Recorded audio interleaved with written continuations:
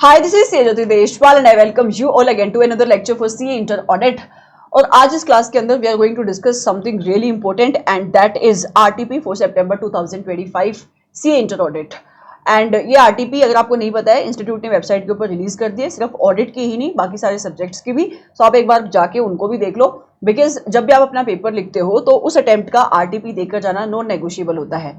अगर मैं इस आरटीपी की डिफिकल्टी लेवल की बात करूं तो ये आरटीपी बिल्कुल भी डिफिकल्ट नहीं है, बहुत कॉन्फिडेंस बूस्टर आरटीपी आपको ये लगेगा, बिकॉज जितने भी क्वेश्चंस इस आरटीपी के अंदर है, बीट केस सिनेरियो, चाहे वो डिस्क्रिप्टिव पोर्शन के क्वेश्चंस है, सारे ही क्वेश्चंस हमने क्लासेस के अंदर करे हैं, सारे ही क्वेश्चंस डिस्कस हुए हैं। ठीक है, सो ये आरटीपी जब आप देखोगे, इसके क्वेश्चंस आपको देखोगे तो आपको मजा आएगा अगर आपने चीजें रिवाइज करी हैं तो। और आपने अगर अभी तक रिवीजन करना नहीं शुरू किया, I think this is high time आपको चीजों को रिवाइज करना शुरू कर देना चाहिए, क्योंकि बहुत ही जल्द इंस्टीट्यूट एमटीपीज वगैरह भी शुरू कर देगा, जो आपको एक बार तो लिखकर देखना ही चाहिए। ठीक है, चलो बिना टाइम को वेस्ट करें स्टार्ट करते हैं with the first question. And पहला क्वेश्चन केस सिनेरियो का क्वेश्चन है। कहता है एक सीए फर्म है जिसका नाम है मोहन एंड एसोसिएट, इनको अपॉइंट किया जा रहा है for doing the statutory audit of a company जिसका नाम है सिमी प्राइवेट लिमिटेड। सो कोई कंपनी सिमी प्राइवेट लिमिटेड इन सीए फर्म के पास आती है और कहती है मेरी ऑडिट कर दो फॉर द फाइनेंशियल ईयर 2024-25। एक प्रोफेशनल रिक्वायरमेंट होती है। प्रोफेशनल रिक्वायरमेंट क्या होती है कि जब भी कोई ऑडिटर जाता है, जिसको आप कहते हो आउटगोइंग ऑडिटर, और उस आउटगोइंग ऑडिटर की जगह पे कोई नया ऑडिटर आता है जिसको आप कहते हो इनकमिंग ऑडिटर।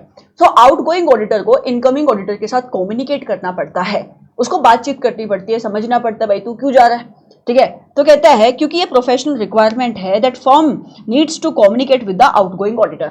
तो जो ऑडिटर जा रहा है, मतलब पुराना ऑडिटर कौन है, वीर एंड कंपनी, पहले इस कंपनी का ऑडिट करता था, उसकी जगह पे मोहन एंड एसोसिएट्स को ये कंपनी अपना ऑडिटर अपॉइंट करना चाहती है।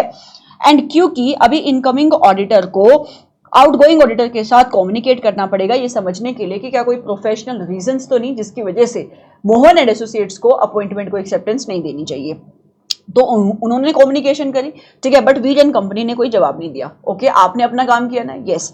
कहता है जब आप ऑडिट कर रहे थे ड्यूरिंग द ऑडिट तो आपने एक्सेप्टेंस दे दी, काम करना शुरू किया। मिस्टर ए जो पार्टनर है मोहन एंड एसोसिएट्स के अंदर, he relied solely on a management representation letter, इसको आप मान के चलो WR। तो आप खाली WR के ऊपर रिलाई कर रहे हो to support the accounting treatment of a certain tax matter that was under appeal and no additional audit procedure were performed to verify the appropriateness of management treatment of these matter in the financial statements। देखो situation कुछ ऐसी है, basically आपका ना कोई tax का matter है, ठीक है, और वो टैक्स के मैटर को लेकर आपकी मैनेजमेंट ने कुछ तो अकाउंटिंग ट्रीटमेंट करके रखी है, और उस अकाउंटिंग ट्रीटमेंट को ऑडिटर को वेरीफाई करना है, उस अकाउंटिंग ट्रीटमेंट को ऑडिटर को वेरीफाई करना है। सो डेफिनेटली उसको ऑडिट प्रोसीजर परफॉर्म करनी चाहिए ताकि उसको क्या मिल जाए, sufficient and appropriate audit evidences. तो कहता है वो खाली एक काम कर रहा है, वो WR ले रहा है मैनेजमेंट से। क्या आपने एसए नंबर 580 पढ़ा है? Yes ma'am. क्या 580 के अंदर ये लिखा हुआ है कि जब ऑडिटर WR लेगा उसको एविडेंसेस मिल जाएंगे? यस लिखा हुआ है। बट क्या WR से अपने आप में sufficient and appropriate audit evidences मिलते हैं? नहीं। सो अगर आप खाली इस अकाउंटिंग ट्रीटमेंट को वेरीफाई करने के लिए कि मैनेजमेंट ने इस टैक्स के मैटर को कैसे डील किया है फाइनेंशियल्स के अंदर, खाली वो WR लेगा तो क्या उसको sufficient and appropriate audit evidences मिल जाएंगे? नहीं। ठीक है, तो यहाँ पे कुछ तो इशू अराइज हो रहा है। ओके, ये पहला इशू है आपके सामने। आगे सिमी प्राइवेट लिमिटेड ने रिसेंटली एक नया अकाउंटेंट अपॉइंट किया है, और क्योंकि वो अकाउंटेंट नया है तो उसको एडुकेट नॉलेज नहीं है अकाउंटिंग स्टैंडर्ड की जो कंपनी के ऊपर एप्लीकेबल होते हैं। Okay, and management requested mister A to assist with accounting and book keeping services. तो कहती है मैनेजमेंट मिस्टर ए को कह रही है कि आप हमारी बुक कीपिंग की सर्विसेज में हेल्प करो। कहता है हमारा अकाउंटेंट इतना टैलेंटेड नहीं है, आप तो चार्टर्ड अकाउंटेंट हो, है ना, तो आपको तो अकाउंट्स की नॉलेज होगी, क्यों ना आप हमारी फाइनेंशियल्स बनाने में हेल्प करो। तो क्या ये बंदा जो आपकी कंपनी का ऑडिटर है वो आपको बुक कीपिंग की सर्विसेज दे सकता है? अगर आपने इसको कंपनीज एक्ट से रिलेट करोगे तो भी इसका आंसर नो ही आएगा, क्योंकि कंपनीज एक्ट के अंदर हम एक सेक्शन पढ़ते हैं, सेक्शन नंबर 144, वहां पे लिस्ट है कुछ सर्विसेज की जो कंपनी का ऑडिटर नहीं दे सकता, and this is one of दो सर्विसेज। बट इसके अलावा भी हमने थ्रेट टू इंडिपेंडेंस पढ़े हुए ना, अगर आप ही फाइनेंशियल्स बनाओगे और आप ही उनकी चेकिंग करोगे तो कौन सा थ्रेट राइज हो जाएगा? Self review threat. तो क्या ये सर्विस दे सकता है? नहीं दे सकता। चलो दूसरा इशू हमें पता लग गया, चलो आगे चलेंगे। मीनवाइल मिस्टर राज एक इन्वेस्टर है सिमी प्राइवेट लिमिटेड के अंदर। ओके, तो कोई तो आपका इन्वेस्टर भी इस कंपनी का। ही placed full reliance on the audited financial statement. बेवकूफ, मतलब आपके ऑडिटर ने जो फाइनेंशियल्स ऑडिट करके दी उसके ऊपर पूरा भरोसा करके बैठा है, ये 100% भरोसा। कहता है वो बिलीव कर रहा है that they indicated a strong financial position. उसने क्या अज्यूम किया कि ऑडिटर जो ऑडिट करके रिपोर्ट बना के देके गया है ना, वो तो गारंटी दे रहा है। अरे भाई, तो हमने ऐसे नंबर 200 में क्या पढ़ा है, क्या ऑडिट के अंदर कोई ऑडिटर गारंटी देता है या रीजनेबल एश्योरेंस देता है? रीजनेबल एश्योरेंस देता है।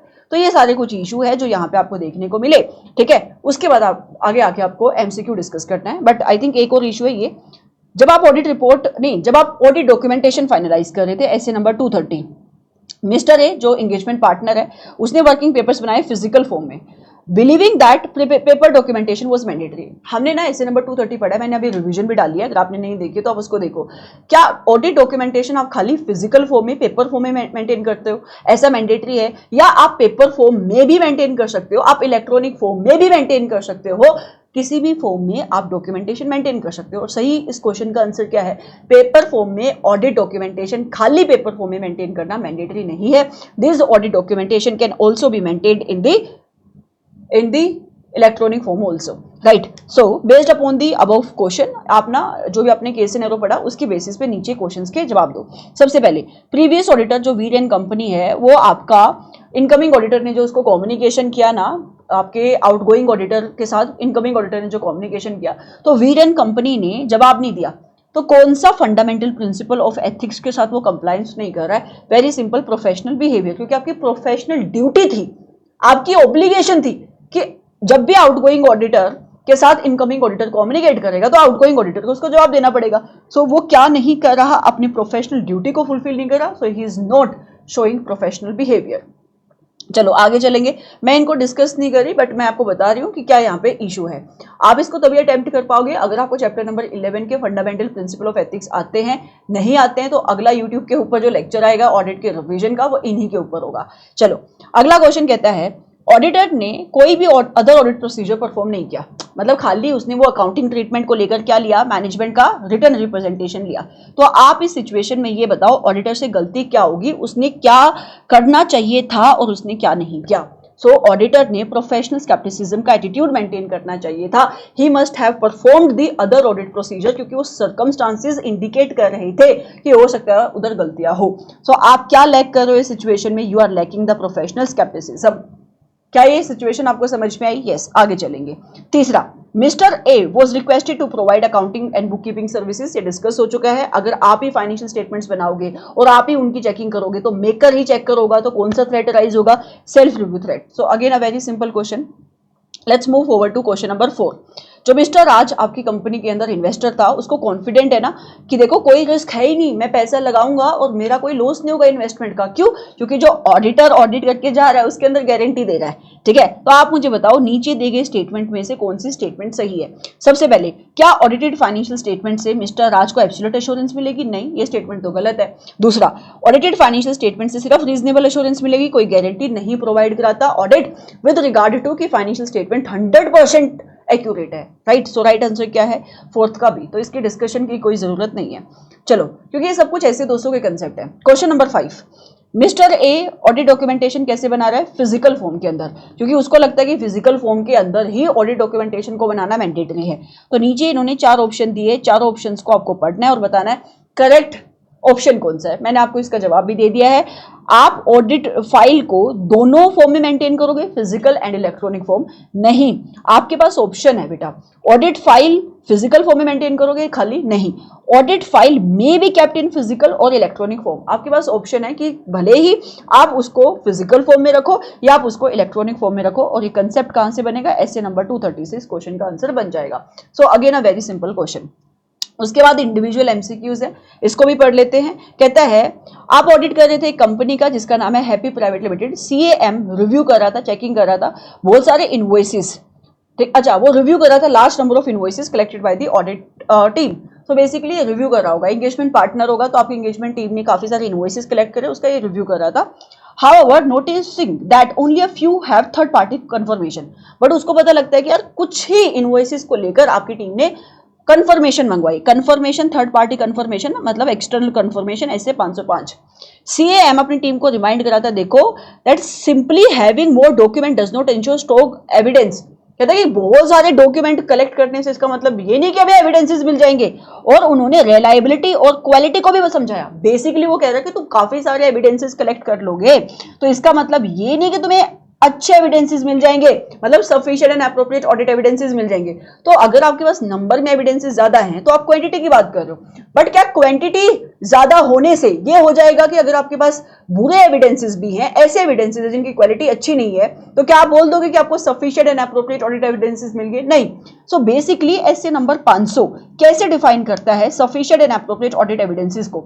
दो चीजों में डिफाइन किया जाता है। कंबाइन असेसमेंट आप करते हो, एक तो आप देखते हो कि एविडेंसेस की क्वांटिटी क्या है, मतलब सफिशिएंसी देखते हो, और दूसरा उनकी क्वालिटी देखते हो। क्वालिटी का मतलब हो गया उनकी रिलायबिलिटी देखते हो कि कितना उनके ऊपर भरोसा किया जा सकता है।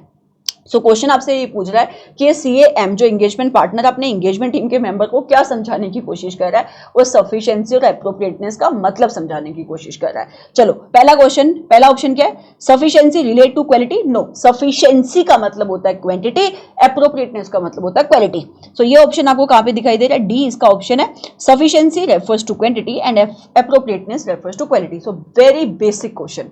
आगे चलेंगे, क्वेश्चन नंबर 7। ऐसे नंबर 560 हमने पढ़ा है auditor's responsibility with respect to subsequent event. ठीक है, so as per SA number 560 after the date of auditor's report. So देखो ना, हमने ना 3 सिचुएशन देखी थी 560 के अंदर, सिचुएशन 1, सिचुएशन 2, सिचुएशन 3। यहां पे जो डिस्कशन हो रही है वो सिचुएशन नंबर 3 की हो रही है बेटा।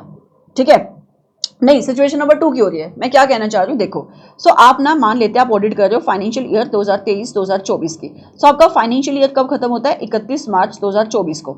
ठीक है, बट ऑडिटर अपनी रिपोर्ट कब बना रहा है? What is the date of auditor's report?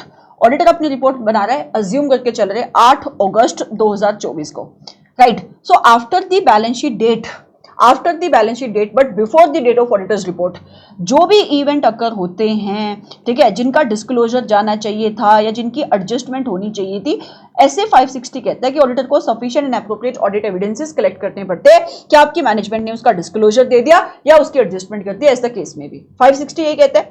अभी जो ऑडिटर ने रिपोर्ट बना दी उसके बाद अगर कोई फैक्ट ऑडिटर को पता लग जाए कि अगर ये फैक्ट पहले पता होता और अभी तक फाइनेंशियल स्टेटमेंट थर्ड पार्टी के पास इश्यू नहीं हुई है, और अगर ये फैक्ट ऑडिटर को ऐसा पता लगा, अच्छा कब पता लगा? रिपोर्ट बनाने के बाद, कि अगर ये फैक्ट पहले पता होता तो ऑडिटर ने एक डिफरेंट ओपिनियन दिया होता।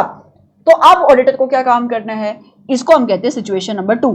और ऐसे नंबर 560 ने सिंपली सी एक बात बोली, देखो, अगर ऑडिटर को कोई भी रिपोर्ट के बाद कोई ऐसा फैक्ट पता लग जाए, ठीक है, कि अगर वो फैक्ट उसे पहले पता होता तो उसने एक डिफरेंट ओपिनियन दिया होता, तो उस केस में ऑडिटर को कुछ तो काम करना पड़ेगा। मतलब जनरली हमारी कोई रिस्पॉन्सिबिलिटी नहीं होती है कोई एविडेंसेस कलेक्ट करने की, एक बार रिपोर्ट हमने इशू कर दी, बट अगर कोई ऐसा फैक्ट पता लग जाए कि अगर ये फैक्ट हमें पता होता पहले तो हम एक डिफरेंट रिपोर्ट देते। जैसे मान लो एग्जांपल, आपको कोई फ्रॉड पता लग गया, तो फिर उस केस में ऑडिटर को कुछ तो एविडेंसेस कलेक्ट करने पड़ते हैं, कुछ तो काम करना पड़ता है। वो काम क्या है? आप मैटर को सबसे पहले मैनेजमेंट के साथ डिस्कस करोगे, देखोगे कि क्या अब फाइनेंशियल स्टेटमेंट्स के अंदर अमेंडमेंट करने की जरूरत है, और अगर जरूरत है तो फिर आप देखो मैनेजमेंट से डिस्कस करो कि अमेंडमेंट करी है वो या नहीं, एंड अकॉर्डिंगली आप आगे काम करोगे। क्या आपको 560 की प्रोविजन रिकलेक्ट हुई? देखो, ये ना सिचुएशन नंबर 2 की बात कर रहा है कि ऑडिटर को कोई ऐसा फैक्ट पता लग गया कि अगर ये फैक्ट उसे रिपोर्ट बनाते वक्त, मतलब on the date of auditor's report पता होता, तो उसने एक डिफरेंट रिपोर्ट इशू की होती। He would have amended his audit report. तो उसको क्या करना चाहिए? क्या डायरेक्टली वो अपनी रिपोर्ट को मॉडिफाई कर देगा? नहीं, सबसे पहले he will discuss the matter with the management and वो डिटरमाइन करेगा कि क्या अब इस मैटर की वजह से फाइनेंशियल स्टेटमेंट्स को अमेंड करने की जरूरत है। तो ये डायरेक्टली ऐसे नंबर 560 की प्रोविजन है, मुझे इसको डिस्कस करने की कोई जरूरत नहीं है।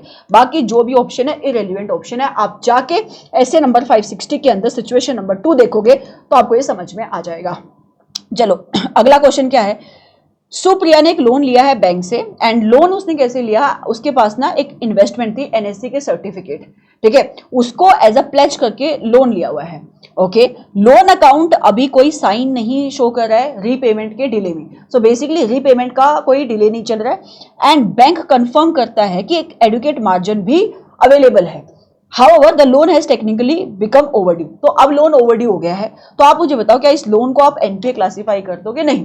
देखो, जब तक अगर आपने कोई लोन लिया है और लोन लिया है अगेंस्ट दी सिक्योरिटी, वो सिक्योरिटी क्या है, इन्वेस्टमेंट, एनएससी का सर्टिफिकेट। तो जब तक आपका मार्जिन अवेलेबल है, ये आपका लोन एनपीए नहीं होता है, ये बैंक ऑडिट के चैप्टर में जाके आपको प्रोविजन मिल जाएगी, ठीक है। सो अकाउंट क्लासिफिकेशन, सबसे पहले account must be classified as NPA, no, account NPA classify नहीं होगा क्योंकि मार्जिन अवेलेबल है अकाउंट्स के अंदर। तो ये क्या था आपका केस सिनेरियो की डिस्कशन थी। इसके बाद फटाफट let's start with the discussion of questions. मैं आपको ना रिकंसाइल कराती रहूंगी बेटा, ये क्वेश्चंस कहाँ से बनते हैं, मैं डिटेल में कोई भी आंसर डिस्कस नहीं करूंगी। उसका रीजन क्या है, उसका रीजन है ये सारे क्वेश्चंस आपकी बुक से बन रहे हैं, मतलब फटाफट मैं बता दूंगी कहाँ से क्वेश्चन के आंसर बनते हैं। हमारा मेन पर्पस आरटीपी को देखने का ये है कि आपको क्वेश्चंस पता लग जाए कि कैसे क्वेश्चंस इंस्टीट्यूट पूछ रहा है। तो फिर केस सिनेरियो क्यों बड़ा है, क्योंकि केस सिनेरियो में तो चीजें इधर उधर इंस्टीट्यूट कर सकता है ना, राइट। चलो, so let's start with the question number 9। बहुत ही सिंपल क्वेश्चन है, क्वेश्चन के ऊपर फोकस। मीनी एंड एसोसिएट चार्टर्ड अकाउंटेंट है, इनको अपॉइंट किया जा रहा है as a statutory auditor of a company जिसका नाम है सिन लिमिटेड। सिन लिमिटेड एक कंस्ट्रक्शन कंपनी है और जो ऑडिट कर रहे थे सीए मिनी पार्टनर है। सो सीए मिनी यहाँ पे एंगेजमेंट पार्टनर हो गया। उसने ये कुछ ऑब्जर्वेशन है जो नोट करी, ये 3 चीजें हैं जो उसने नोट करी। क्या, सबसे पहले the company has several ongoing project, company ना कंस्ट्रक्शन कंपनी के काफी सारे प्रोजेक्ट चल रहे हैं, but only selected project revenue have been reported. But company सारे प्रोजेक्ट का रेवेन्यू नहीं रिपोर्ट कर रही। जब वो अपने फाइनेंशियल्स बना रही है ना, तो उसके अंदर कुछ ही प्रोजेक्ट का सेल्स दिखा रही है। पहला इशू ये है। दूसरा, बहुत सारे एक्सपेंस के वाउचर आपके ऑडिटर को ऐसे मिले जो या तो मिसिंग है, या तो आर हैंड रिटन, या हाथ से वाउचर बनाए हुए हैं, या फिर प्रॉपर ऑथराइजेशन उनके ऊपर नहीं है। तो क्या ये इशू है? यस, इशू है। अच्छा, पहले आप मुझे बताओ, क्या सेल्स को चेक करना आपके स्कोप में आता है? यस। क्या एक्सपेंस को चेक करना आपके स्कोप में आता है? यस। आगे, कंपनी ने अपने मेथड फॉर डेप्रिसिएशन चेंज किया है, मतलब पहले वो एसएलएम के बेसिस पे डेप्रिसिएशन लगा रही थी, इस साल से वो डब्ल्यूटीवी के अकॉर्डिंग डेप्रिसिएशन लगाएगी। और मैनेजमेंट ने इसका कोई डिस्क्लोजर भी नहीं दिया, it we are changing our accounting policy. तो आपको डिस्क्लोजर तो देना चाहिए था ना, और रीजन क्या है चेंज करने का ये बताना चाहिए था। और आपने अगर इस मेथड को चेंज किया तो इसका इंपैक्ट आपके फाइनेंशियल्स के ऊपर क्या पड़ रहा है ये भी बताना चाहिए था, बट कंपनी ने ऐसा कोई डिस्क्लोजर नहीं दिया। अच्छा, आप मुझे बताओ, क्या डिस्क्लोजर चेक करना भी ऑडिट के स्कोप में आता है क्या? यस, आता है। ये मैटर जब ऑडिटर मैनेजमेंट को बताता है, ये तीनों इशू लेकर जब वो मैनेजमेंट के पास जाता है, तो मैनेजमेंट उसके साथ आर्ग्यू करने लग जाती है, कहते हैं ये सारी चीजें चेक करना तो आपके स्कोप में नहीं आता। बताओ, is the contention of the management is correct? और इस क्वेश्चन का आंसर है no, the contention of the management is not correct. तो आप मुझे बताओ, ऑडिटर की ऑडिट के स्कोप में क्या क्या आता है? ये हमने कहां पे पढ़ा था मैम? ये तो हमने चैप्टर नंबर 1 के अंदर पढ़ा था, और मैंने आपको मार्क कराया था इंपॉर्टेंट क्वेश्चन। तो वही सारी चीजें आपको यहां पे लिखनी है सबसे पहले, कि ऑडिट के स्कोप में ऑडिटर चेक करते हैं सारे aspect of the entity which are related to the financial statement. दूसरा, उसको चेक करना पड़ता है कि जो फाइनेंशियल इंफॉर्मेशन मैनेजमेंट बना रही है वो रिलायबल है, वो सफिशिएंट है, राइट। मतलब बेसिकली फाइनेंशियल इंफॉर्मेशन जैसे जर्नल, लेजर, सपोर्टिंग्स, वो रिलायबल हैं, जिनके बेसिस पे फाइनेंशियल्स बन रहे हैं। और ये चेक करने के लिए आप कंपनी के अकाउंटिंग सिस्टम्स चेक करते हो, कंट्रोल्स चेक करते हो, एंड ऑल्सो ऑडिटर को चेक करना पड़ता है कि जो डिस्क्लोजर मैनेजमेंट को देने चाहिए थे फाइनेंशियल इंफॉर्मेशन के अंदर, वो डिस्क्लोजर मैनेजमेंट ने दिए हैं, राइट। फिर उसके बाद आप यही सारा क्वेश्चन में लिख दोगे जो क्वेश्चन में लिखा हुआ है, एंड फिर आप कंक्लूजन लिख दोगे कि मैनेजमेंट की कंटेंशन इज नॉट राइट। आप पढ़ोगे नहीं आंसर, मैं नहीं पढ़ूंगी, क्योंकि मैंने रिवीजन क्लास यूट्यूब के ऊपर उन्नति बैच में भी अवेलेबल है, चाणक्य नीति बैच में भी अवेलेबल है, और चैप्टर नंबर 1 की रिवीजन क्लास में अभी दोबारा से भी डाल दूंगी। So there are so many revision classes available already. Main purpose RTP का क्या है कि आपको बता दिया क्वेश्चन क्या कह रहा है, उसका आंसर आपके चैप्टर नंबर 1 से कहां पे बनेगा ये मैंने बता दिया, ठीक है। So not a very tricky question, in fact कोई भी क्वेश्चन ट्रिकी है ही नहीं। दूसरा, सीए रिशु, देखो ये ऊपर ना कहानी है, इस कहानी को हम नहीं पढ़ेंगे, कुछ तो इसने बहुत ज्यादा कहानी लिखी हुई है, कहानी खत्म करो और क्वेश्चन पे आ जाओ। बेनिफिट पूछ रहा है ये कि प्लानिंग करने के बेनिफिट क्या है। ऐसे नंबर 300 जब मैं आपको पढ़ाती हूँ सबसे पहले ऑब्जेक्टिव बताती हूँ और उसके बाद यही बताती हूँ कि बेनिफिट क्या है प्लानिंग करने के। सो ये क्वेश्चन में ना 6 पॉइंट आपको लिखने हैं, और ये 6 पॉइंट ऐसे नंबर 300 के ऑडिट प्लान के बेनिफिट है। जैसे कि जब हम प्लानिंग करते हैं सो ऑडिटर इंपॉर्टेंट एरियाज के ऊपर अटेंशन दे पाता है ना। प्लानिंग करने से आप इंगेजमेंट टीम के मेंबर्स को बेटर वे से काम असाइन कर पाते हो, डायरेक्शन सुपरविजन बेटर वे से दे पाते हो, कोऑर्डिनेशन बेटर वे से कर पाते हो, ऑडिटर पोटेंशियल प्रॉब्लम को बेटर वे से रिस्पॉन्ड कर पाता है। तो ये सारे बेनिफिट हमने ऐसे नंबर 300 के अंदर देखे हुए हैं। देखो, ऑडिटर अप्रोप्रिएट अटेंशन दे पाता है to the important areas of the audit, identify कर पाता है, रिजोल्व कर पाता है potential problem on the timely basis, auditor better way से ऑडिट एंगेजमेंट को ऑर्गेनाइज कर पाता है, मैनेज कर पाता है, एंगेजमेंट टीम के मेंबर्स की सिलेक्शन अप्रोप्रिएट कर पाता है, काम उनको बेटर वे से साइन कर पाता है, SD कर पाता है, सुपरविजन डायरेक्शन रिव्यू SDR कर पाता है, ठीक है, कोऑर्डिनेशन को ये इंश्योर करता है। So this is also directly from your book. आगे चलेंगे अगले क्वेश्चन की तरफ। इसको अगर आपको देखना है चैप्टर नंबर 2 का पूरा क्लास अवेलेबल है अलोंग विद द क्वेश्चंस, आप जाके देखना, बहुत अमेजिंग डिस्कशन है। चलो तीसरा क्वेश्चन, बहुत सारी बातें इसने लिख दी, बहुत सारी बातें, ठीक है।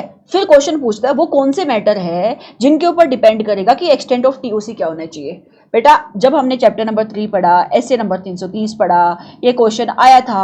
सबसे पहले मैं ना आपको ये बता देती हूँ TOC होते क्या है, ठीक है। TOC होते हैं test of control. Test of control मतलब ऑडिटर ना टेस्टिंग करता है कंट्रोल्स की, क्या वो कंट्रोल ऑपरेट होते हैं इफेक्टिवली या नहीं। सो बेसिकली कहानी शुरू होती है 315 से। तो 315 के अंदर ऑडिटर सबसे पहले कंट्रोल को समझता है, अंडरस्टैंडिंग ऑब्टेन करता है, राइट, और उसके बेसिस पे उसको पता लग जाता है कि कंट्रोल रिस्क कितना है। ये सारी डिस्कशन आपकी क्लास के अंदर होके रखी है, यूट्यूब के ऊपर भी क्लासेस अवेलेबल है। जहां पे उसका लगता है वो एक्सपेक्ट कर रहा है कि हाँ control will be operating effectively, मतलब जहां पे उसको लगता है कि कंट्रोल रिस्क इज लोअर, वो क्या सोचते हैं मैं TOC लगाऊंगा। तो TOC क्या हो गया, रिस्पॉन्स हो गया। तो क्वेश्चन ये है कि जब ऑडिटर TOC लगा रहा है तो कितने TOC लगाए, कितना टेस्टिंग करे कंट्रोल्स की, ताकि उसको एविडेंसेस मिल जाए कि कंट्रोल जो आपकी मैनेजमेंट ने लगाए हैं क्या वो ऑपरेट होते हैं इफेक्टिवली या नहीं। कौन से मैटर ऑडिटर कंसीडर करेगा, सिंपल सी बात है यार, ये डायरेक्ट क्वेश्चन है 330 का।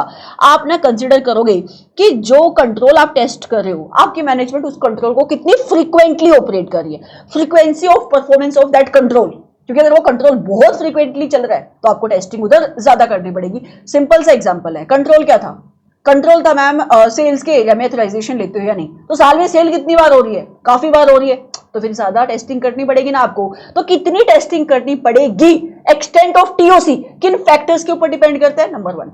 दूसरा, अच्छा कितने टाइम पीरियड के लिए ऑडिटर अपना ये कंफर्ट लेना चाहता है, length of time during the audit period auditor relying on the operating effectiveness of the control. मतलब ये कि आप क्या through out the audit period देखना चाहते हो, क्या ये कंट्रोल ऑपरेट हो रहे थे इफेक्टिवली या नहीं। अगर ऐसा है तो फिर आपको ज्यादा प्रोसीजर परफॉर्म करने पड़ेंगे। Also expected rate of deviation, बेटा ये क्या है, कंट्रोल रिस्क, कितना एक्सपेक्ट कर रहा है ऑडिटर कि कंट्रोल में डेविएशन होगी, मतलब उसको क्या लगता है कि कितने चांसेस है कि control will not be operating effectively.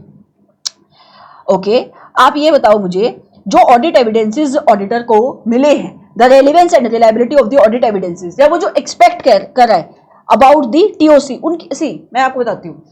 आप ना जब इसको ना एक एग्जांपल से समझोगे तो बेटर होगा। ये आपका सेल्स का एरिया है, ठीक है, इधर आपने 315 लगाया और यहाँ पे रिस्क ऑफ मटेरियल मिसस्टेटमेंट की आपने असेसमेंट कर ली और आपने बोला कि यार रिस्क तो है इधर, और ऑडिटर कहता है इस रिस्क को रिस्पॉन्ड करने के लिए मुझे TOC भी लगाना पड़ेगा। ये समझाने क्यों बैठी हूँ यहाँ पे मैं, क्योंकि ये क्वेश्चन जनरली बच्चों को क्लिक नहीं होता रिस्क और रिस्पॉन्स वाला, तो मैं डिस्कस कर रही हूँ, ठीक है।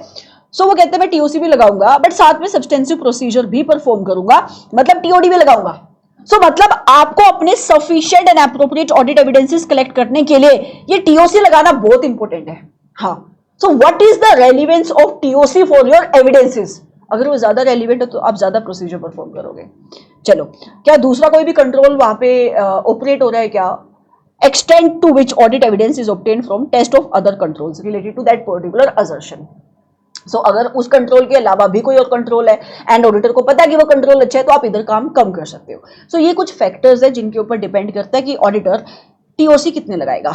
अगला क्वेश्चन, चलो ये क्वेश्चन ना डायरेक्टली हमने ऐसे 501 में पढ़ा हुआ है, बहुत सिंपल सा क्वेश्चन है। क्वेश्चन कहता है बोर्ड लिमिटेड एक कंपनी है और एक कंपनी ना अक्रॉस द कंट्री नेवी की यूनिफॉर्म सप्लाई करती है। चलो, कंपनी के 5 वेयर हाउस है डिफरेंट लोकेशन में इंडिया पे ये लोकेटेड है। तो कंपनी का इन्वेंट्री इंडिया में 5 अलग अलग जगह पे ऊपर है, जिसमें से 5 वेयर हाउस इंडिया के अंदर है और 4 वेयर हाउस उसके अलावा 4 वेयर हाउस बॉर्डर्स के ऊपर है। बहुत सारा स्टॉक जनरली कहां से सप्लाई होता है, बॉर्डर से सप्लाई होता है। बोर्ड लिमिटेड ने KPMN कंपनी को अपना स्टैट्यूटरी ऑडिटर अपॉइंट किया है for doing the audit for the financial year 2024-25।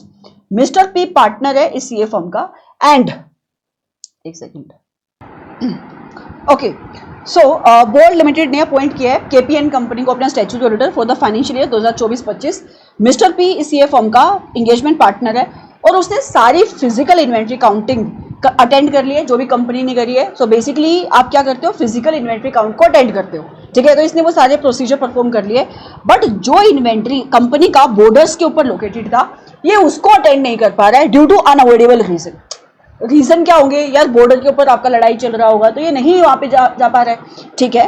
Question आगे कहता है आपको एडवाइस करता है इस सीए फर्म को दो चीजों को लेकर। सबसे पहले ऑडिटर को sufficient and appropriate audit evidences कैसे मिलेंगे regarding the existence and condition of inventory. So basically ये सिंपल सा क्वेश्चन पूछ रहा है कि अगर आपको दो असर्शन के ऊपर एविडेंसेस चाहिए, that is existence and condition of the inventory, तो ऑडिटर को कौन से प्रोसीजर परफॉर्म करने पड़ेंगे। जो हमने ऐसे नंबर 501 वाले प्रोसीजर देखे थे ना कि आप अटेंड कर लो physical inventory count unless impracticable, मैं आपको दिखा देती हूँ। देखो क्या प्रोसीजर आप परफॉर्म करते हो। सबसे पहले अटेंड कर लो physical inventory count unless impracticable. अगर वो पॉसिबल नहीं है तो आप कुछ और करने का सोचते हो। अच्छा, फिजिकल इन्वेंट्री काउंट अटेंड करके आप क्या करते हो, आप देखते हो मैनेजमेंट कैसे इंस्ट्रक्शन देती है, किस टाइप के प्रोसीजर परफॉर्म करिए काउंटिंग के लिए। आप देखते हो मैनेजमेंट काउंट प्रोसीजर कैसे परफॉर्म करिए, ऑब्जर्वेशन करते हो। आप कुछ इन्वेंट्री का इंस्पेक्शन भी कर लेते हो या टेस्ट बेसिस पे आप काउंटिंग भी कंडक्ट कर लेते हो। दूसरा, मैनेजमेंट जो इन्वेंट्री के रिकॉर्ड मेंटेन करे आप उसकी इंस्पेक्शन कर लेते हो, ठीक है। दूसरा क्वेश्चन क्या इसने पूछा, दूसरा क्वेश्चन ये है कि अब देखो जहां पे बॉर्डर्स के ऊपर जो इन्वेंट्री लोकेटेड है वहां पे ऑडिटर के लिए जाना पॉसिबल नहीं है। मतलब now the attendance of physical inventory count for the auditor has become impracticable. तो वो क्या करेगा, सिंपल सी बात है, अगर आप एक सिलेक्टेड ऑडिट प्रोसीजर को परफॉर्म नहीं कर पा रहे तो आप ऑल्टरनेटिव ऑडिट प्रोसीजर परफॉर्म कर लो। क्या आपको ये समझ में आ रहा है? यस। तो ऑडिटर यहाँ पे अगर फिजिकल इन्वेंट्री काउंट को अटेंड नहीं कर पा रहा है तो उसको एविडेंसेस तो कलेक्ट करने पड़ेंगे regarding the existence and condition of the inventory, तो फिर वो ऑल्टरनेटिव ऑडिट प्रोसीजर परफॉर्म कर लेगा। और ऑल्टरनेटिव ऑडिट प्रोसीजर क्या हो सकता है, जैसे कि आप सेल्स के रिकॉर्ड्स को चेक कर लो। और मैम अगर मैं वो भी नहीं कर पा रहा हूं तो मतलब मैं फिजिकल इन्वेंट्री काउंट को भी अटेंड नहीं कर पा रहा हूं और मैं उसकी जगह पे कोई और प्रोसीजर भी नहीं परफॉर्म कर पा रहा हूं तो फिर आपको sufficient and appropriate audit evidences नहीं मिलेंगे, तो फिर आपके स्कोप के ऊपर लिमिटेशन लगी। तो स्कोप के ऊपर लिमिटेशन लगी तो ऑडिटर को अपनी रिपोर्ट को मॉडिफाई करना पड़ेगा। यही सारी डिस्कशन इसने यहाँ पे लिखी हुई है। देखो यही सारी डिस्कशन उसने यहाँ पे लिखी हुई है और ये पॉइंट मैंने आपको बताया भी था। देखो जनरल इनकन्वीनियंस, मतलब ऑडिटर ये सोच रहे हैं यार बॉर्डर्स के ऊपर इन्वेंट्री पड़ी है, इतनी दूर में कैसे जाऊंगा, है ना, बहुत टाइम लग जाएगा, बहुत पैसा लग जाएगा। ये इस टाइप का मैटर, इस टाइप के रीजंस की वजह से अगर तुम इन्वेंट्री काउंट को अटेंड नहीं कर रहे हो, ये कोई अपना रीजन नहीं होता। तो इम्प्रैक्टिकेबल तब होता है जब आप जाना चाहते हो बट सिचुएशन आपको अलाउ नहीं कर रही है, राइट। तो उस सिचुएशन में आप क्या करोगे, जहां पे अटेंडेंस इम्प्रैक्टिकेबल है ऑल्टरनेटिव ऑडिट प्रोसीजर परफॉर्म करोगे। जैसे मैंने आपको बताया सब्सिक्वेंट सेल जितना भी हुआ आपका इन्वेंट्री का वो चेक कर लो, बाद में जो भी परचेज हुआ वो चेक कर लो। समझ में आ रहा है? तो आप इन्वेंट्री के रिकॉर्ड्स आप चेक कर सकते हो। और अगर आपके लिए ऑल्टरनेटिव ऑडिट प्रोसीजर परफॉर्म करना भी पॉसिबल नहीं है, that mean sufficient and appropriate audit evidences collect करना आपके लिए पॉसिबल नहीं है, तो स्कोप के ऊपर लिमिटेशन लगी, ऑडिटर अपनी रिपोर्ट को मॉडिफाई करेगा एज पर एसए नंबर 705। एक बार आप इस आंसर को पढ़ लेना, आपको जो सारी बातें मैंने बताई और जो हमने 501 के अंदर पढ़ा वो सब कुछ यहाँ पे लिखा हुआ है। चलो अगला क्वेश्चन, फटाफट आप ये बताते जाओगे। ये क्वेश्चन है ऐसे नंबर 500 से। आप मुझे ये बताते जाओगे कि ऑडिटर यहाँ पे कौन सा प्रोसीजर परफॉर्म कर रहा है, ठीक है। सबसे पहले while verifying the fixed asset she examined the factory equipment and verified the presence of each item। so basically auditor ना यहाँ पे डिफरेंट प्रोसीजर परफॉर्म कर रहा है, आपको बताना है कि कौन सा प्रोसीजर परफॉर्म किया गया। सो ऑडिटर गया आपकी फैक्ट्री के अंदर और फिक्स्ड एसेट को फिजिकली वेरीफाई करना शुरू कर दिया उनकी एग्जिस्टेंस को चेक करने के लिए। तो आप क्या कर रहे हो, आप इंस्पेक्शन कर रहे हो बेटा, आप एग्जामिनेशन कर रहे हो। She examined the factory equipment, तो आपने कौन सा प्रोसीजर परफॉर्म किया, इंस्पेक्शन। इसको लिखना कैसे है, आपने आइडेंटिफाई कर लिया ऑडिट प्रोसीजर, फिर हमने जो ऐसे 500 के अंदर मतलब पढ़ा था इंस्पेक्शन का वो लिख देना है, ठीक है। अगला प्रोसीजर, आप वेरीफाई कर रहे हो कंपनी के अकाउंट रिसीवेबल्स को। सो डेटर को वेरीफाई करने के लिए उसने बैलेंस कंफर्मेशन भेज दी। बहुत ही सिंपल है, एक्सटर्नल कंफर्मेशन ऐसे नंबर 505, एक्सटर्नल कंफर्मेशन 505, उसका मतलब लिख देना बस, राइट। आगे चलेंगे, सीए रिमी ने एग्जामिन किया परचेज इनवॉइस। एग्जामिनेशन कर रहे हो बेटा, इंस्पेक्शन कर रहे हो, एग्जामिनेशन कर रहे हो, इंस्पेक्शन कर रहे हो, सिंपल। तो रिकॉर्ड्स की आप चेकिंग कर रहे हो ना, तो आप इंस्पेक्शन कर रहे हो। जब भी चेकिंग होगी तो आप इंस्पेक्शन कर रहे हो। she independently performs the bank reconciliation that was originally carried out by the accounts department. तो कंपनी के स्टाफ ने जो काम किया हुआ था पहले से उसको दोबारा से कर रहे हो, कौन सा ऑडिट प्रोसीजर है? Very good, this is called reperformance. तो उसका मतलब लिख देना, this is called reperformance. Okay. She also check the accuracy of depreciation calculation made by the client. So आप कैलकुलेशन कर रहे हो, क्लाइंट ने ऑलरेडी डेप्रिसिएशन कैलकुलेट करके रखा है, अब उसको दोबारा से कैलकुलेट कर रहे हो ये चेक करने के लिए कि वो कैलकुलेशन ठीक है या नहीं. तो आप कौन सा प्रोसीजर परफॉर्म कर रहे हो? This is called recalculation. So आपको आइडेंटिफाई करना है कि कौन सा प्रोसीजर है, मैंने आइडेंटिफाई कर लिया, और एक्सप्लेन करना है कि कौन सा ऑडिट प्रोसीजर है. सो एक्सप्लेन आप करोगे, 500 में जाओगे, इन सबका मतलब वहां पे लिखा हुआ है. डन. एक बहुत ही सिंपल क्वेश्चन खत्म. अगला क्वेश्चन, बेटा फटाफट आइडेंटिफाई करो कि इन सिचुएशन के अंदर कौन सी असर्शन की टेस्टिंग ऑडिटर कर रहा है. अगर आपने चैप्टर 5 पढ़ा है तो ये बहुत ही आसान क्वेश्चन है, फटाफट आप आइडेंटिफाई कर पाओगे. जब भी आप असर्शन को आइडेंटिफाई करने वाला कोई भी क्वेश्चन अटेम्प्ट करोगे, सबसे पहले आप ये देखना कि वो असर्शन क्लास ऑफ ट्रांजैक्शन से जुड़ी है या वो आपके अकाउंट बैलेंस से जुड़ी है. बैलेंस से जुड़ी है मतलब जो बैलेंस शीट के अंदर आते हैं, या वो आपके डिस्क्लोजर से जुड़ी है. फिर आप देखना कि कौन सी असर्शन की बात हो रही है. समझ में आ रहा है? चलो सबसे पहले एम्प्लॉय बेनिफिट एक्सपेंस कहां पे आता है बेटा? P&L के अंदर. तो it is related to class of transaction. So employees benefit expense recognise किया है या नहीं during the period that relates to the current period only. So basically auditor verify कर रहा है कि जो एम्प्लॉयज बेनिफिट एक्सपेंस आपने इस साल में बुक किया है वो इसी साल से जुड़ा हुआ है. तो आप किसके ऊपर वेरिफिकेशन कर रहे हो? कौन सा प्रोसीजर परफॉर्म कर रहे हो? कौन सी असर्शन टेस्ट कर रहे हो? कट ऑफ कि इस साल अकाउंटिंग पीरियड में जितना खर्चा इधर बुक होना चाहिए था उतना ही बुक किया. कहीं ऐसा तो नहीं अगले साल का भी बुक कर दिया इस साल, या इस साल का जो बुक होना चाहिए था इस साल में यहां नहीं कर रहे, अगले साल बुक कर रहे हो. चलो दूसरा, employees benefit expense, again P&L का आइटम है. In respect of all personnel have been fully accounted for. So मतलब जितना भी एम्प्लॉयज बेनिफिट एक्सपेंस बुक होना चाहिए था सारा आपने बुक कर दिया है, कुछ भी ओमिट नहीं हुआ है. कौन सी असर्शन के ऊपर आप यहाँ पे कंफर्ट ले रहे हो? कंप्लीटनेस. Very good. अगला, any inventory held by the entity on behalf of another entity has not been recognized as a part of inventory of the entity. कहता है कि कोई भी इन्वेंट्री, पहले आप मुझे बताओ इन्वेंट्री बैलेंस शीट का आइटम है या P&L का आइटम है? बैलेंस शीट का है, तो यहाँ पे असर्शन बैलेंस शीट से जुड़ी होगी, है कि नहीं? सो कोई भी इन्वेंट्री जो एंटिटी थर्ड पार्टी के बिहाफ पे हेल्ड कर रही है, थर्ड पार्टी के बिहाफ पे हेल्ड कर रही है, मतलब कोई इन्वेंट्री आपकी नहीं है, थर्ड पार्टी की, बट आपके प्रीमाइसेस के ऊपर पड़ी है, तो क्या उससे ये इन्वेंट्री आपकी हो जाएगी? आपका राइट आ गया? नहीं. तो आप किस असर्शन के ऊपर कंफर्ट ले रहे हो? Right and obligation. कि बैलेंस शीट के अंदर जो इन्वेंट्री आपने दिखाई वो खाली आपने अपनी इन्वेंट्री दिखाई है. आगे, रिकॉर्डेड सेल कहां पे आएगा? P&L के अंदर. ठीक है. Represent goods which were ordered bye valid customer and were dispatched and invoiced in the period. कहता ऑडिटर ये चेक कर रहा है कि जितना भी सेल्स आपने P&L के अंदर बुक किया वो सेल्स वैलिड कस्टमर से जुड़ा हुआ है, मतलब कोई भी फेक सेल आपने बुक नहीं किया. कौन सी असर्शन के ऊपर कंफर्ट ले रहे हो? अक्यूरेंस, कि एक्चुअल में सेल अकर हुआ वही आपने रिकॉर्ड किया. Again a very simple question. काफी कहानी लिखी इसने डॉक्यूमेंटेशन के ऊपर यहां से यहां तक, लेकिन लास्ट में उसने क्या बोल दिया? उन फैक्टर्स को बता दोगे जिसके ऊपर form, content and extent of audit documentation depend करता है. सो बेसिकली क्या है, ऐसे नंबर 230 हम पढ़ते हैं. 230 के अंदर हम ये अंडरस्टैंड करते हैं ऑडिट डॉक्यूमेंटेशन होता क्या है.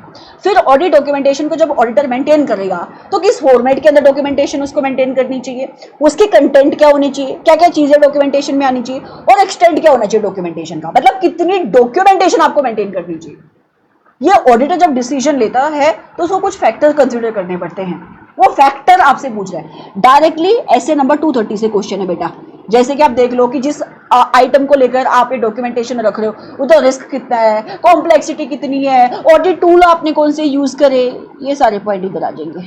साइज, कॉम्प्लेक्सिटी, रिस्क, ठीक है, ऑडिट टूल्स, मेथोडोलॉजी, ये सब आपको चैप्टर नंबर 6 में मिल जाएगा. आई थिंक इससे पहले जो चैनल के ऊपर ऑडिट का लेक्चर आया है वहां पे डिस्कस भी हुआ है. Again a very simple question. आगे चलेंगे. देखो इसने ना बहुत कहानी लिखी, बहुत ज्यादा कहानी लिखी, और इसने पूछा कुछ भी नहीं है. अभी जो मैंने आपको जस्ट नाउ ऐसे नंबर 560 के अंदर जो सिचुएशन ऊपर समझाई MCQ समझाते हुए, उसका पहली सिचुएशन पूछ रहा है कि बैलेंस शीट डेट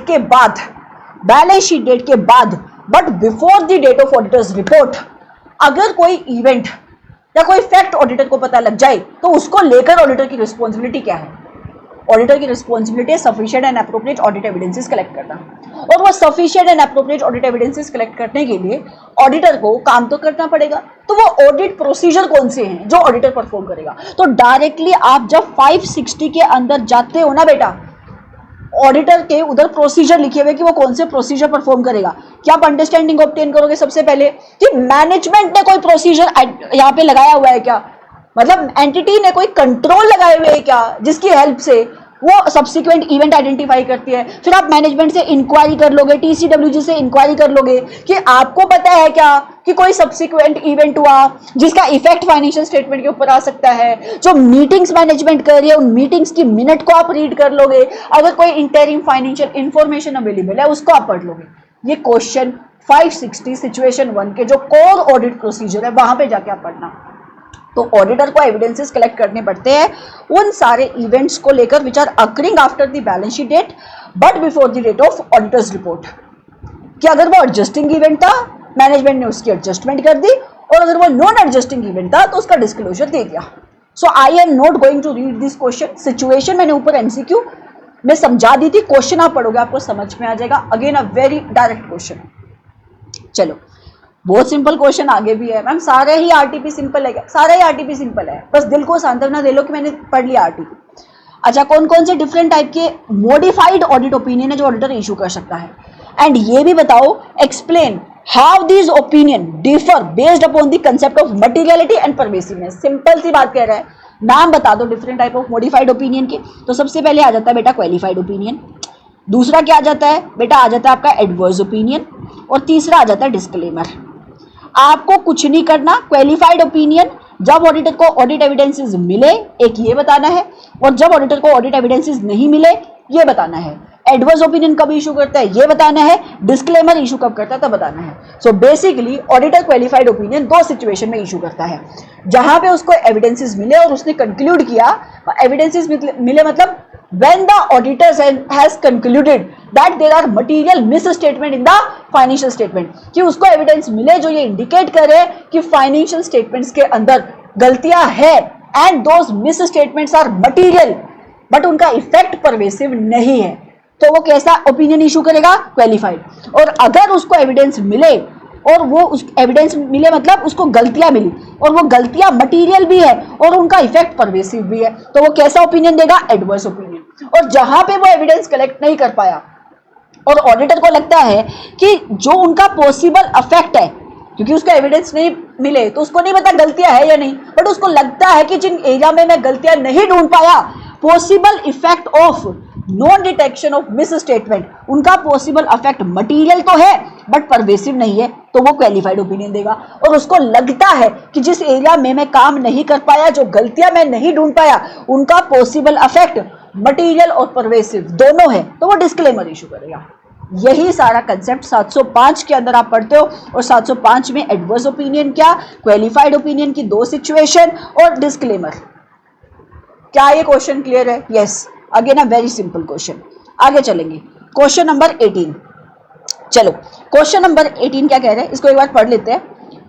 ओके, कहते हैं you are appointed as an auditor of Messrs Shine and company, एक पार्टनरशिप फर्म है, आपको उनका ऑडिटर अपॉइंट किया जा रहा है। चैप्टर नंबर 9 से क्वेश्चन है, राइट। एंड जब आप काम कर रहे थे, जब आप रिव्यू कर रहे थे, आपने ये कुछ चीजें ऑब्जर्व करी। सबसे पहले the audit appointment was informal and not documented appropriately. So basically आपको कोई अपॉइंटमेंट लेटर ही नहीं मिला। अरे भाई मिलना तो चाहिए था पार्टनर से। सो आपकी अपॉइंटमेंट बहुत ही इनफॉर्मल हुई। दूसरा, firm started a new business activity, firm ने एक नया बिजनेस एक्टिविटी इस साल शुरू किया है, which is not covered in the partnership deed. ओ, सो पार्टनरशिप डीड के अंदर वो एक्टिविटी नहीं है। अरे पार्टनरशिप डीड के अंदर जो ऑब्जेक्ट डिफाइन होते हैं कि जिन काम को करने के लिए आपकी पार्टनरशिप बनी है, उन्हीं काम को तो आप करोगे, बट ऐसा कोई नया बिजनेस एक्टिविटी जो कंपनी ने इस साल करना शुरू किया, वो पार्टनरशिप डीड के अंदर डिफाइंड नहीं था। चलो तीसरा, major financial decision were made without proper record. Company कुछ बहुत ज्यादा मेजर फाइनेंशियल डिसीजन ले रही है। फाइनेंशियल डिसीजन मतलब क्या? कंपनी ने पार्टनरशिप फर्म, जैसे कि मुझे इन्वेस्टमेंट किधर करनी चाहिए, लोन कहां से लेना चाहिए, ये बड़े बड़े फाइनेंशियल डिसीजन होते हैं। तो ये ना आपके पार्टनरशिप फर्म का एक डॉक्यूमेंट होगा कोई ना कोई, जहां पे ये लिखा होना चाहिए, जिसको कहते हैं पॉलिसी डॉक्यूमेंट। कि इसकी ऑथराइजेशन कौन देगा? ऐसा कोई नहीं है, ऐसे डॉक्यूमेंट कोई नहीं है। सो बहुत सारे फाइनेंशियल डिसीजन कंपनी आपकी पार्टनरशिप हमने ले लिए और कोई प्रॉपर रिकॉर्ड्स अवेलेबल नहीं है। सो मुझे क्लियरली ये इशू दिखाई दे रहा है। यस आगे, एज एन ऑडिटर जब आप इस फर्म को ऑडिट कर रहे थे, आपको एक्सप्लेन करना मैटर जो आपको स्पेशली कंसिडर करने पड़ेंगे जब आप पार्टनरशिप फर्म का ऑडिट कर रहे हो। तो जब आप पार्टनरशिप फर्म का ऑडिट कर रहे हो तो कौन से मैटर कंसिडर करते हो? वही सारी बातें फिर से कि आप देख लो, लेटर ऑफ अपॉइंटमेंट आपको मिला है जिसको पार्टनर ने साइन किया है, जो ड्यूली एथोराइज करता है, जिसके अंदर क्लियरली किसने एथोराइज किया है? पार्टनर ने, जिसके अंदर क्लियरली लिखा हुआ है कि ऑडिट का स्कोप क्या है, ऑब्जेक्टिव क्या है, अगर कोई लिमिटेशन लगाई है तो वो लिमिटेशन क्लियरली लिखी हुई है उसके अंदर। दूसरा, पार्टनरशिप डॉक्यूमेंट, आप एंटिटी का पार्टनरशिप के डॉक्यूमेंट पढ़ो, जैसे कि कोई मिनट बुक अवेलेबल है उसको पढ़ो, जो पॉलिसी डिसीजन एंटिटी लेती है उसके रिकॉर्ड मेंटेन करिए उसको आप चेक करो, जैसे कि लोन का कौन, जब भी पार्टनरशिप फर्म लोन लेगी उसकी ऑथराइजेशन कौन देगा, इन्वेस्टमेंट करेगी उसकी ऑथराइजेशन कौन देगा। ऑब्जेक्ट समझो कि पार्टनरशिप फर्म जिस ऑब्जेक्ट के लिए बनी है, जो पार्टनरशिप डीड के अंदर ऑब्जेक्ट लिखा हुआ है वही एक्टिविटी कैरी ऑन कर रही है क्या? ठीक है।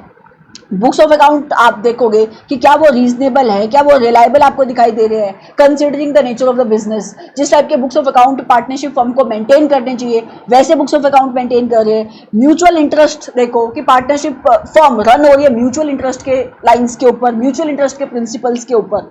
प्रोविजन बना दी है पार्टनरशिप फर्म ने प्रॉफिट डिस्ट्रीब्यूट करने से पहले टैक्सेशन की, और जो प्रॉफिट आप डिस्ट्रीब्यूट कर रहे हो प्रॉफिट शेयरिंग रेशियो में आप इसको डिस्ट्रीब्यूट करो।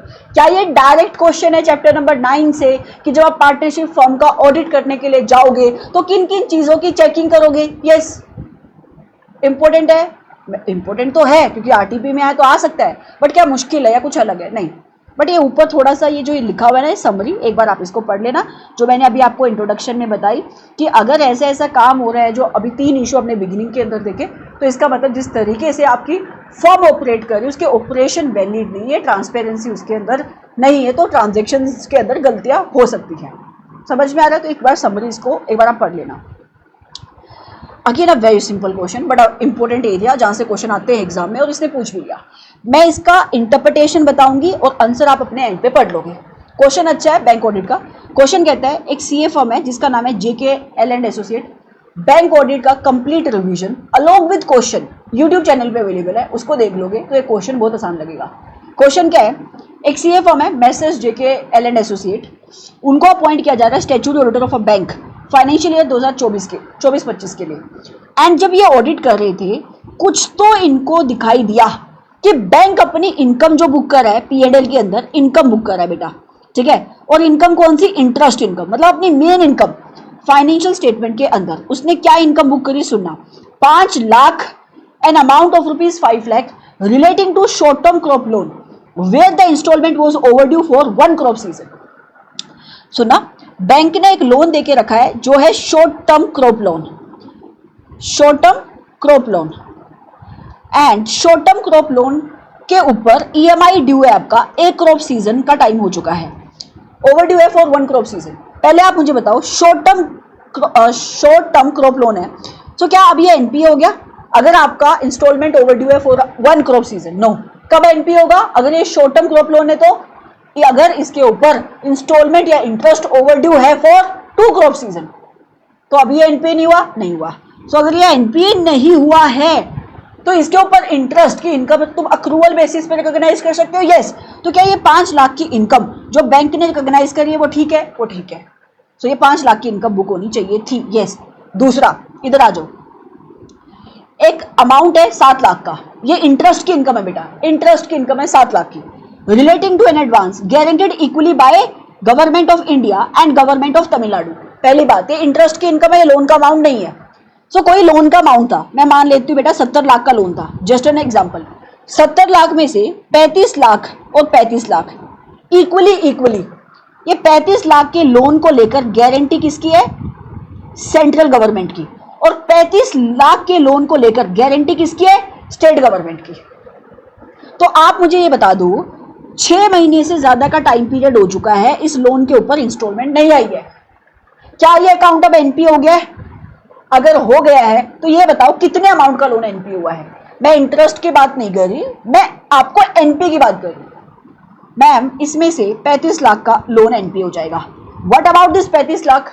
35 लाख के लोन को लेकर सेंट्रल गवर्नमेंट ने गारंटी दी है, और जब तक सेंट्रल गवर्नमेंट वो गारंटी रेप्यूडिएट नहीं कर लेती, हटा नहीं लेती, तब तक वो लोन एनपीए नहीं होगा। चाहे उसके ऊपर 6 महीने से ज्यादा का टाइम पीरियड हो जाए, साल से ज्यादा का टाइम पीरियड हो जाए, 2 साल 3 साल, जब तक सेंट्रल गवर्नमेंट की गारंटी है लोन एनपीए क्लासीफाई नहीं होगा। मतलब नॉर्मल प्रोविजन तो क्या है कि 90 दिन से ज्यादा का टाइम पीरियड हो गया तो लोन एनपीए है ना। अगर ईएमआई नहीं आई, इंटरेस्ट नहीं आया, 90 दिन से ज्यादा का टाइम पीरियड हो गया, एनपीए। बट अगर गारंटी सेंट्रल गवर्नमेंट की है तो फिर एनपीए वो नहीं होगा। तो ये 35 लाख का लोन एनपीए नहीं होगा। दूसरा, क्या ये स्टेट गवर्नमेंट का लोन एनपीए हो जाएगा? हाँ, 6 महीने से ज्यादा का टाइम पीरियड हो गया है तो ये तो आपको एनपीए दिखाना पड़ेगा। ये तो एनपीए के नॉर्म्स होगी। बट ये एनपीए के नॉर्म्स थोड़ी पूछ रहे हैं, ये तो इनकम की बात कर रहा है। तो इनकम रिकॉग्निशन क्या चलता है?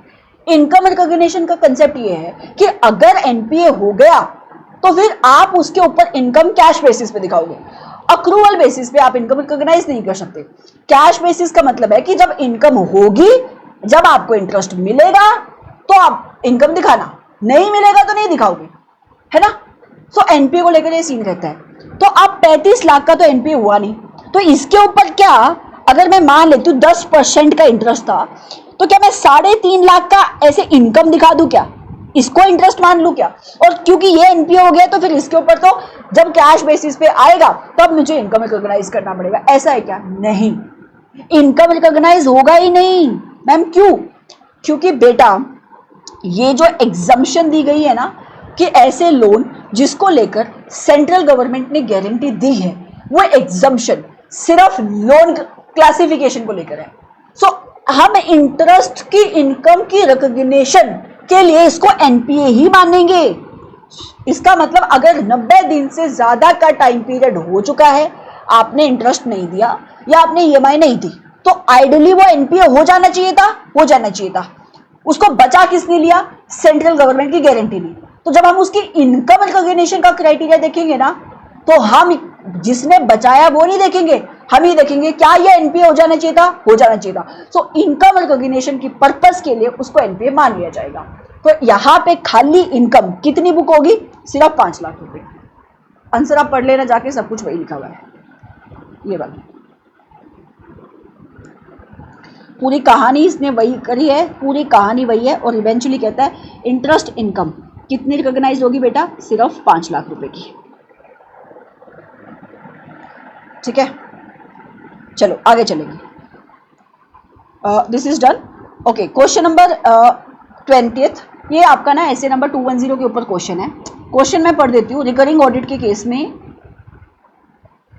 ओके, ये रिकरिंग ऑडिट के कंसेप्ट के ऊपर क्वेश्चन है। क्वेश्चन मैं पढ़ देती हूँ। क्वेश्चन कहता है सीए रोहित ऑडिट कंडक्ट कराता है कंपनी की जिसका नाम है test limited. Company food production company है और पिछले 2 साल से आप ऑडिट कर रहे हो। चलो इस कहानी को हम यहीं पे रोक देते हैं। SA number 210, right, SA number 210 talks about agreeing the terms of audit engagement with the client. So जब भी आप क्लाइंट का काम करते हो तो टर्म्स को आप एडवांस में अग्री कर लेते हो, और ये टर्म्स आप कहाँ पे रिकॉर्ड करते हो? एंगेजमेंट लेटर के अंदर। 210 का रिवीजन अभी मैंने नया नया डाला है, आप उसको जाके देख लो, चाहिए अच्छा रिवीजन है कम टाइम के अंदर, तो आप टर्म्स को अग्री कर लेते हो। बट मैं ये कह रही हूँ अगर ये रिकरिंग ऑडिट का केस है, जैसे कि आपके क्वेश्चन के अंदर रिकरिंग ऑडिट का केस है, पिछले 2 साल से आप ही ऑडिट कर रहे हो, तो क्या आप हर साल एक नया एंगेजमेंट लेटर बनाओगे? ऐसा है क्या? नहीं, हर साल आपको नया एंगेजमेंट लेटर बनाने की जरूरत नहीं होती है।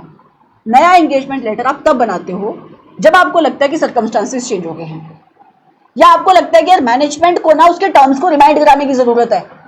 उसको रिमाइंड कराने की जरूरत है मतलब आपको लगता है कि मैनेजमेंट ने किन टर्म्स को पहले मिसअंडरस्टैंड किया है, उसको क्लियरली और बताने की जरूरत है कि हम किन टर्म्स के ऊपर ऑडिट कर रहे हैं।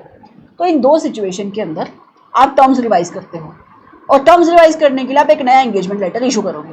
तो ऐसा नहीं है कि हर बार अगर आप ऑडिट कर रहे हो सेम क्लाइंट का, अगर ये रिकरिंग ऑडिट का केस है that year after year you are the one who is conducting the audit, तो आप हर साल नया एंगेजमेंट लेटर इशू करोगे, ऐसा नहीं है। सो यहाँ पे वही सिचुएशन है कि पिछले 2 साल से आप ऑडिट कर रहे हो, एंड ऑडिट शुरू करने से पहले सीए ने ऑब्जर्व किया कि कुछ तो कंपनी के अंदर मेजर शिफ्ट आया है in its product line by expanding into pharmaceutical. So पहले तुम फूड में काम कर रहे थे, अब तुमने एक नया प्रोडक्ट के अंदर तुम चले गए, डाइवर्सिफिकेशन कर ली, अब तुमने फार्मास्यूटिकल इस एरिया में तुम चले गए, लेट्स से मेडिसिन बनाने लगे, सो क्लियरली तुम्हारा स्कोप चेंज हो रहा है ऑडिट का। सो स्कोप कहाँ पे लिखते हो? टर्म्स ऑफ एंगेजमेंट के अंदर, तो टर्म्स को रिवाइज करना पड़ेगा। इसके साथ साथ कंपनी के ऊपर नई रेगुलेटरी रिक्वायरमेंट एप्लीकेबल होगी ना।